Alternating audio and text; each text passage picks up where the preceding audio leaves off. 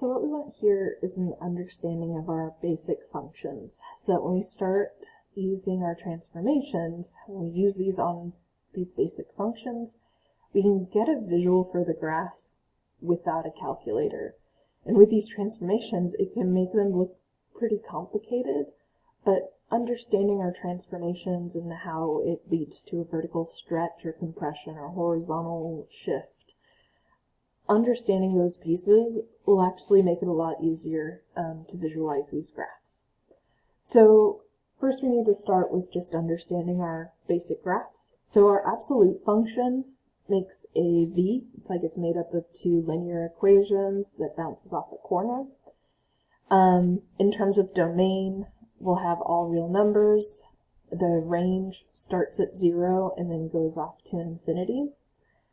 Now, what I'm going to do with these two is kind of point out some key coordinates that we want to keep in mind with these so that we can start making sketches of the transformations. So with an absolute value function, what I think about is, so we always have this, I'll use a different color here. We have our corner starts at 0, 0. And then you could either think of it as we have this slope of 1 and slope of -1 at work. So if you can just remember these key points that you'll have 1, 1 and -1, 1, remembering those three pieces to start, then when you start making transformations and stretches or compressions and moving them around, you kind of focus on those 3 points. Then if you can graph those 3 points, you can get the rest of the graph.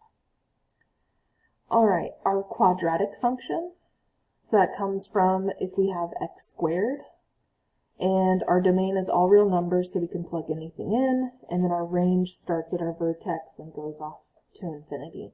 That domain and range, I'm just putting in there as kind of understanding how you graph it and where it can graph. With the quadratic function, the vertex is important, so our vertex will start at 0, 0. Then with this one, you also have 1, 1 and -1, 1, so as long as you realize it's quadratic, you can map those points too. What's also nice is that we have symmetry, so really you could just remember one side of the coordinates and then just reflect them over that vertex and you'll have your symmetry. I also usually keep in mind graphing like 2, 4 and -2, 4 just for some extra coordinates, because then you can really see the bend in the parabola and understand its trend. So I kind of focus on those 5 points. I also kind of keep in mind that like from the vertex, you have this like 1, 1 distance to those 2 coordinates, and then to get to the others, it's like 2, 4, 2, 4 to get to the others. I can talk about when we start looking at the transformations, how that kind of, how I use that. And then our last piece is the cubic function. So the cubic, you'll have your x cubed showing up in the function, and this is all real numbers for the domain and range. So this can plug in everywhere. So key coordinates I think about here is in the middle of it goes through 0, 0. We have 1, 1 and -1, -1. So we have those pieces and we kind of bend through it. We also have -2, -8. So I was used to 10 by 10 grids, but this goes down to 8, so that goes -2, 8, to +8. So those are some key coordinates as well. So kind of like the quadratic, to understand the bend of it, it's kind of nice to have those 5 coordinates in mind, and that'll really get the shape for you. Okay, so with that, we have our basic functions, x cubed, x squared, and the absolute value of x. So now let's see how we use those with transformations. So, with this first example here, what I'm going to recognize is I can see my variable x there, and it's being squared. So what that tells me is the basic function that I'm using here is y equals x squared. So this is my parabola through the origin. Then everything else around it is just a transformation of that function. So what I could do is start to get a graph going of the basic function, and like I said, I'll just kind of focus on those 5 points there, and that gives me enough of a trend. Because what we're just trying to do here is get a sketch. It doesn't have to be exactly perfect. We just want to be able to sketch these without a calculator. So, stretches and compressions, that 2 on the outside of my x squared part. So visualizing inside and outside of the function, this x minus 3 is inside the function since it's under the square, and then everything else is outside of the function. And just remember what's outside is your vertical, so vertical stretch, vertical shift, and then inside the function is your horizontal stretch compression or horizontal shift. So 2, that's telling me to stretch vertically by 2.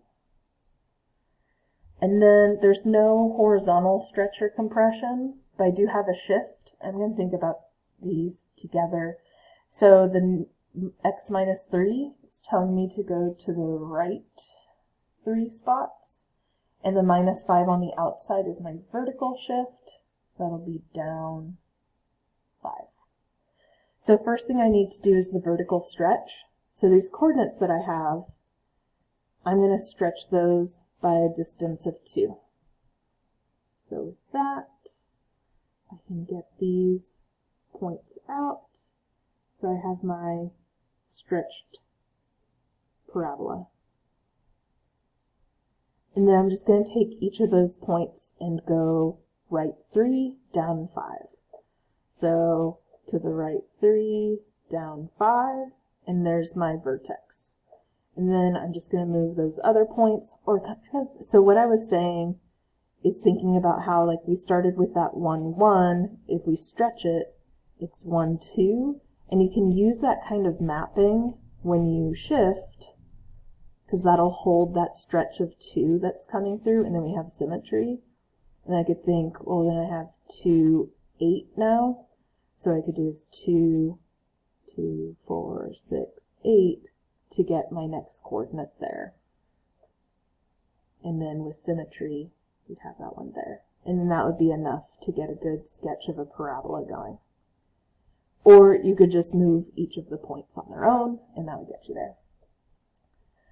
Okay, this next one, I'm going to see my absolute value symbol. So the basic function that I'm working with is my absolute value function. So the one that's shaped like a V going through the origin. So I'm just going to get a general graph going like this, with that slope of 1 and -1. But again, we could really just kind of focus on 3 coordinates there, and that would be okay. Alright, here, so if I need to visualize what's inside the function versus outside, the inside of the function is within the absolute value function, so that's where we'll see our horizontal changes, and then outside of the absolute value are the changes vertically. So this 1/2, that's going to be vertical compression by 1/2. There isn't any horizontal stretch or compression, but we do have a shift. So because that's a +1, that's a shift to the left by 1, and then the +2 on the outside is a vertical shift up 2. Okay, vertical compression by 1/2, I'm going to take these distances and cut them in half. So that'll now be a 1/2 below, and 1, something like this.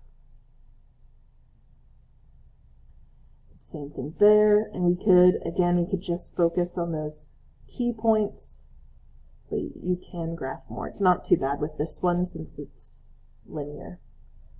So there's our vertical compression. Then I'm going to take those points, but I'll show you if I just focus on these 3 coordinates here. I'm going to go left 1 and up 2. So I'm going to start with the corner, going left 1, up 2. So that's where the corner will end up. And then if I focus on this point right here, go left 1, up 2 to get my next coordinate there. And then my other one would go there. And then because it's linear, You could just graph lines out of those spots, but if you need more points, you could move more points and have more accuracy with that. I'm just going to grab a straight line through those points there, roughly like that. And there it is. All right, this next one, I can see cubed on the outside there. So this is going to be my basic function of x cubed. So I'm graphing something cubic here. So if I get a general graph going, I grab those 1 values, and then I do grab 2, 8 to -8, just to get a general shape going. Ooh, boy. All right. So I have the general shape there. Everything is happening inside the function here. This is all going to be horizontal changes. I just need to change it so that that value for b, I can see it factored out. So we just need to factor out a 2 in there. So I'll have 2 times x minus 2 cubed. So with that, I can see a horizontal compression by 1/2. And then we have a horizontal shift, which -2 will be to the right by 2. So we need to do the compression by 1/2 first. So we're moving these points closer to the y-axis by 1/2. So whereas at 1, 1, now I'm at 1/2 1. Whereas at 2, 8, now I'm at 1, 8. And 1/2 and 1/2. So now it's squished towards the y-axis. And then I'm going to move to the right too. So I'm just going to pick up those points and move to the right. We'll do this in black. So to the right, to the right, right, right, right. And then I just need to connect them. It's pretty thin, so just as best you can. But again, this gives us a really good sketch without plugging in specific values, without using a graphing calculator. By using the transformations in that basic function, we can get a really good graph. All right, this last one here. So I see my absolute value, so that's going to be my basic function, is the absolute value function. And imagine we're working with v. I can get a sketch going for that. Those key coordinates. I'm not going to draw it all the way out, but that's good enough. All right, inside the function, you can see we're going to need to factor out, so I can clearly see b. So negative absolute value, factor out a 2, and I'll leave me with an x plus 3. So I'm going to have this -1 on the outside, which is telling me to reflect over the x-axis. Then we have this value of 2, which is going to be a horizontal compression by 1/2.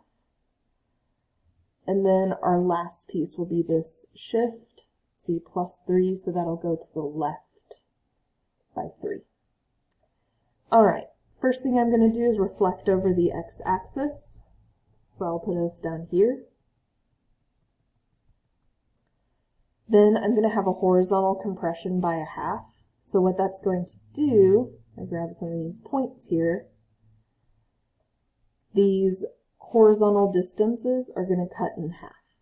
So what that will do is where I had this distance of 1 before, now it's half of that. Half and half and half. Something like that. Oops. A little off there. There we go. Okay, so there we are. And then the last thing I need to do is move to the left 3. So I'm just going to pick up some of those points. And I'll start with the origin. Move here. And then 1, 2, 3, 3. And then it's just a straight line from there. But if you need more points, you can just follow the slope as it's set up in those coordinates there. And that'll get you your lines for the absolute value function. Okay, so that's how we can use the basic function and then seeing the transformations inside and outside of that basic function.